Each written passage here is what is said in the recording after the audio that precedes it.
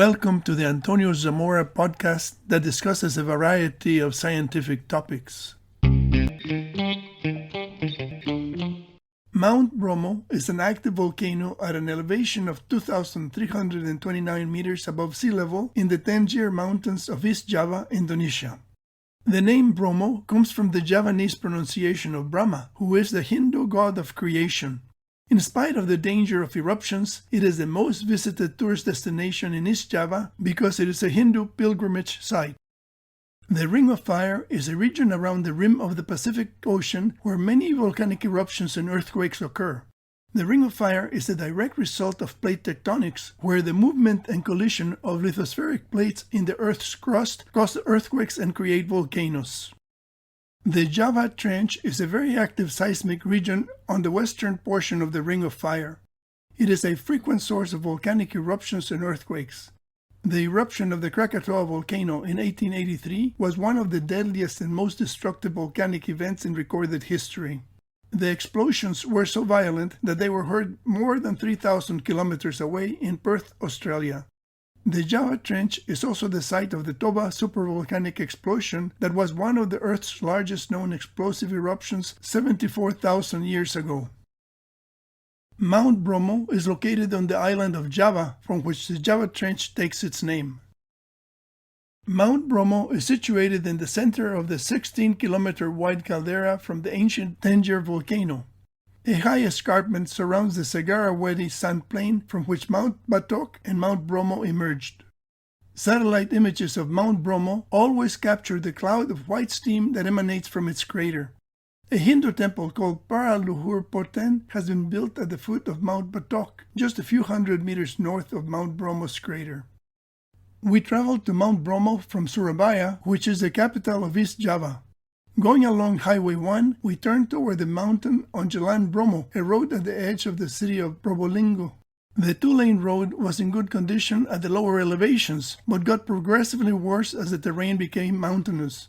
The soil of the region is very fertile, and farms cultivate even parcels of land that are inclined at 30 degrees. Most of the fields had onions and cabbage. After a 3.5-hour trip, we arrived near the national park where Mount Bromo is located. We hired a driver with a 4-wheel drive vehicle that would take us to the edge of Mount Bromo. The driver lived next to a hotel, and besides conducting tours to the volcano, he also rented rooms to tourists who could not find lodging at the 2 hotels in town. The driver's house was adjacent to an angel's trumpet tree with large hanging flowers and a field with green onions. The trumpet trees are common throughout the region. They are planted for their decorative flowers, even though all parts of the plant are poisonous.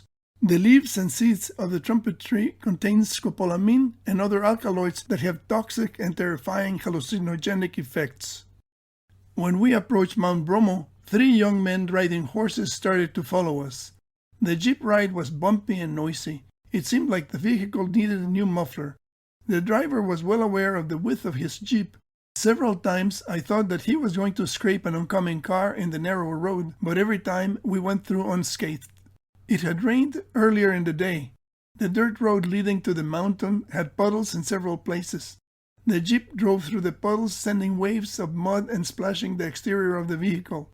Even though the jeep could take us over the rough unpaved terrain, we had to switch transportation because beyond a certain point, the jeep could not go further.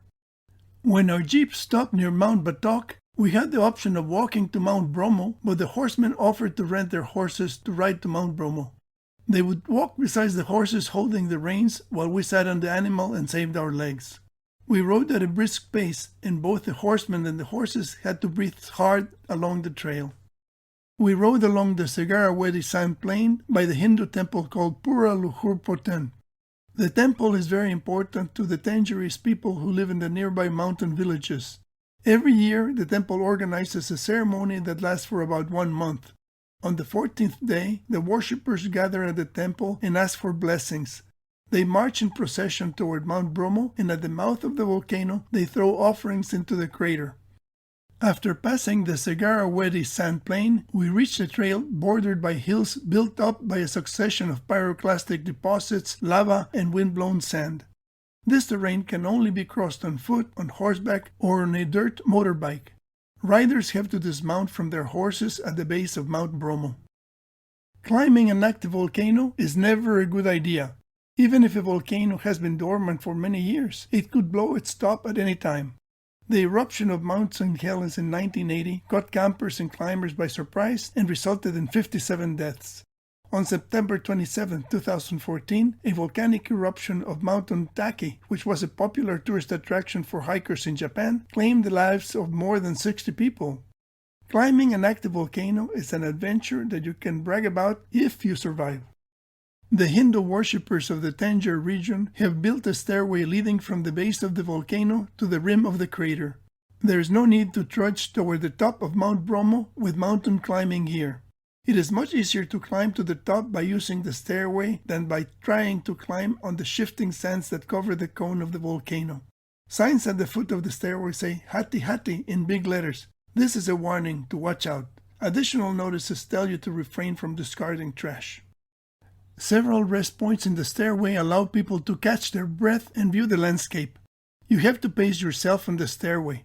There's less oxygen at the height of Mount Bromo, which is 2,392 meters or 7,848 feet above sea level. When I visited, the leftmost stairway was partially covered with wind-blown sand and it was difficult to climb. The rim of Mount Bromo's crater has a guardrail to keep people from accidentally sliding down into the crater. The crater of Mount Bromo is a slippery slope into a cavity which spews clouds of steam that shift with the wind. The part of the slope closest to the guardrail is littered with the residues of the Hindu offerings thrown into the crater. The Hindu offerings, consisting mainly of food, do not go to waste. When the offerings of the Yajna Kasada festival are thrown into the crater by Hindu worshippers, some intrepid, resourceful people climb inside the crater and try to catch the offerings with butterfly nets and sarongs. They also try to capture some of the sacrificial animals. Only great need would cause people to take such risks. The crater of Mount Bromo measures approximately 650 meters in diameter from rim to rim. We can see clouds of steam rising from the precipitous funnel-shaped cavity. There is only blackness in the chasm at the center of the crater, which produces a constant roar as the noxious vapors are expelled.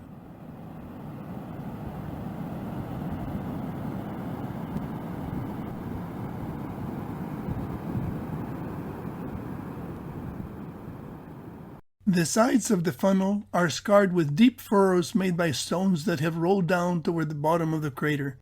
Some live chickens and goats that have been thrown into the crater as offerings by the Tengger Hindus have managed to fly back or climb out of the crater, but they were quickly captured by the Indonesian villagers who dared to climb into the cone of the volcano to catch the offerings with their homemade nets.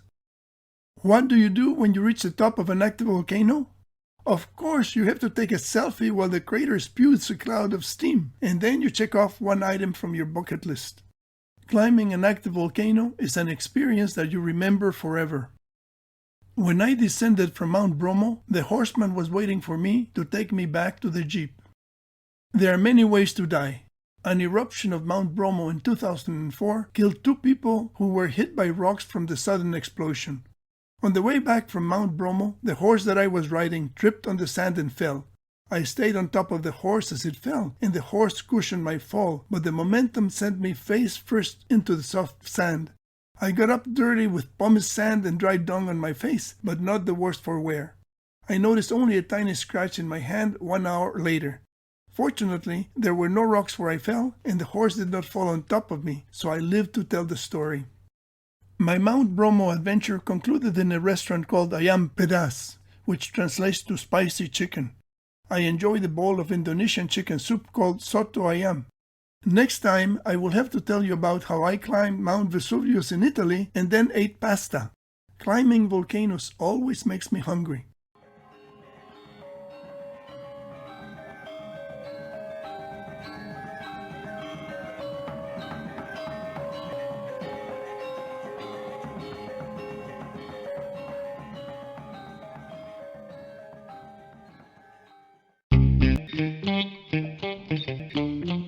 Thank you for listening to this podcast. Please visit the YouTube channel or the website for many other interesting topics.